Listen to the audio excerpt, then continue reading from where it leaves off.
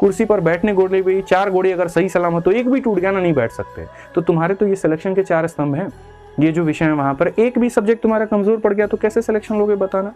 आपको बैठ करके यहाँ पर अपने आप को एक डायरी लेना है, पेन लेना है, पेपर लेना है और लिखना है कि मेरे कौन कौन से विषय कमजोर हैं, उसमें मेरे कौन कौन से चैप्टर जो है वो मेरे वीक है, और उसके बाद में मैं इस पर कैसे काम करूंगा। और फिर से वो गलती की बहुत मार मारेंगे। 26 नया साल है, नई शुरुआत है, नई शुभकामनाएं हैं, इसके अंदर में बेहतर तरीके से आपको पढ़ाई करनी है। आपको आज के बाद रीस्टार्ट करने की जरूरत नहीं है।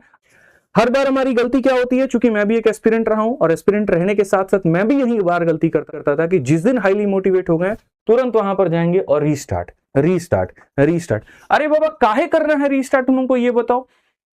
भाई साहब आज आप डिमोटिवेट से मोटिवेशन पर आए, आप तुरंत वापस से बोलोगे अब हमको एकदम डेडिकेशन के साथ में पढ़ना है, और फिर से तुम गलती क्या करोगे, फिर मैथ उठाओगे, फिर वहीं परसेंटेज से शुरू करोगे और फिर profit loss time and work जाते जाते फिर वहां पर दम तोड़ दोगे। आपको पता भी है कि आपने परसेंटेज 4 बार पढ़ लिया और आपने मेंसुरेशन को 1 बार भी नहीं पढ़ा है, और ये 4 बार 5 बार जो आप रीस्टार्ट करते हैं, जो कसमें खाते हैं यहां पर, उस रीस्टार्ट के चक्कर में एक चैप्टर को ज्यादा इज्जत दे चुके हैं और बाकी चैप्टर को आपने नहीं पढ़ा है। आपको आज के बाद रीस्टार्ट करने की जरूरत नहीं है, आपको रिज्यूम करने की जरूरत है।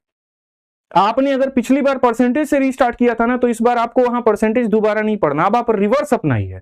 आप वहां पर उस टॉपिक के साथ में स्टार्ट करिए जिसको आपने कभी पढ़ा ही नहीं है, और उसके बाद में अंत में आप अपने आप को परसेंटेज में लेकर के आइए। मैंने आपको एकदम नफ्स को पकड़ा है, मैं आपको बता रहा हूं। जो चीज मेरे भाई आपके साथ में होता है ना, मैं उसके ऊपर मैं बात कर रहा हूं। हवा हवाई बात मेरी कोई भी नहीं होगी। सहमत होना ना तो यस और नो में मेरे भाई बताते रहना कमेंट बॉक्स में।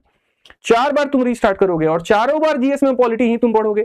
अरे भैया एक बार तो तुम कभी ज्योग्राफी से स्टार्ट कर लो, एक बार तो कभी तुम स्टैटिक्स से स्टार्ट कर लो। आपकी साइकोलॉजी ऐसी बन चुकी है कि जो मेरे लिए आसान है ना, तो मैं सबसे पहले उसको लपकूंगा या मैं उसको सबसे पहले पढ़ूंगी। ये आप लोगों की माइंडसेट हो रखी है, और इस चक्कर में आप यहां पर एक बेटे को ज्यादा प्यार दे रहे हैं और दूसरे के ऊपर में ध्यान ही नहीं दे रहे। और फिर आप ये कह रहे कि भैया कुर्सी जो 4 घोड़ों पर खड़ी है, मैं उस पर 1 घोड़े पर ही अपनी कुर्सी टिका लूंगा। संभव है क्या? कुर्सी पर बैठने घोड़े भी 4 घोड़े अगर सही सलामत तो एक भी टूट गया ना, नहीं बैठ सकते। तो तुम्हारे तो ये सिलेक्शन के 4 स्तंभ हैं, ये जो विषय है वहां पर एक भी सब्जेक्ट तुम्हारा कमजोर पड़ गया तो कैसे सिलेक्शन लोगे बताना। कल के दिन सेलेक्ट होकर के जाओगे तो डिपार्टमेंट में तुमसे कौन पूछने वाला है कि बाबू तुम मैथ्स के टॉपर थे, रीजनिंग के थे या जीएस के थे। लोग तो ये पूछेंगे तुम्हारा सिलेक्शन हुआ कि नहीं हुआ। तो मेरे भाई jack of all king of none वाली कहानी मत करिए कि सबके यहाँ पर सेनापति हैं, राजा किसी के नहीं है। वो काम नहीं करना है। आप यहाँ पर जो है विषय के राजा नहीं बनेंगे, आप यहाँ पर पूरा पूरा एग्जाम निकालेंगे।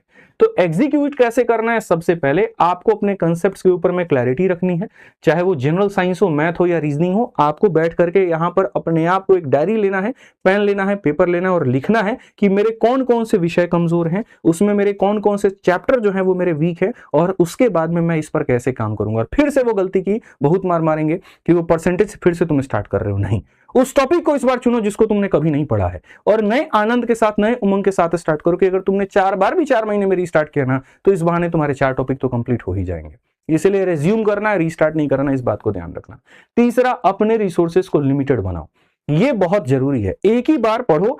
2-3 किताबें तुमने अगर मानो देखी, वहां पर एक रूममेट के पास ये, दूसरे के पास ये, एक ही बार सेलेक्ट कर लो कि कौन सी वाली बेस्ट है, और उसी के ऊपर में स्टिक डो करके मेरे भाई यहां पर एकदम तुम जो है कंटेंट फोड़ो कि उसको मुझे बार बार पढ़ना है, 100 बार पढ़ना है, उसी को मुझे पढ़ना है और उसी से मेरे आधार पर सिलेक्शन लेना है। बीच में कुछ भी आ जाए ना, हम दाएं देखेंगे ना बाएं देखेंगे, क्योंकि ये 2025 में बच्चों के द्वारा की गई सबसे बड़ी गलतियां रही हैं।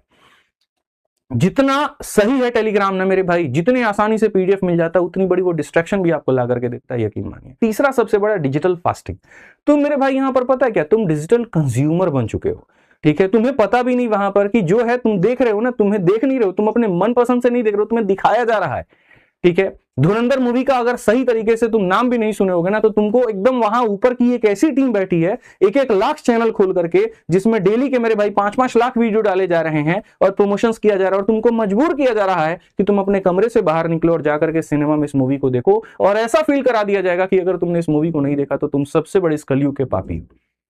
और ये तुम्हारे साथ में हो रहा है, तुम एकदम भुक्तभोगी बन रहे हो। तो सबसे पहले ये डिजिटल, ये जो फास्टिंग है, इसको करना बहुत जरूरी है। आप पढ़ते रहिए, आपके हर कदम पर हम आपके साथ में हैं और कहीं पर भी हम आपका साथ नहीं छोड़ेंगे। आपको किसी और चीज की भी आवश्यकता है तो वीडियो के कमेंट बॉक्स में आप वो भी बता दीजिए, वो भी मेरे भाई यहाँ पर पूरा हो जाएगा। वीडियो कैसी लगी जरूर बताइएगा और चैनल को सब्सक्राइब कर लीजिएगा मेरे भाई। आज के लिए इतना ही, मिलेंगे अगली वीडियो में। जय हिंद भाई, धन्यवाद।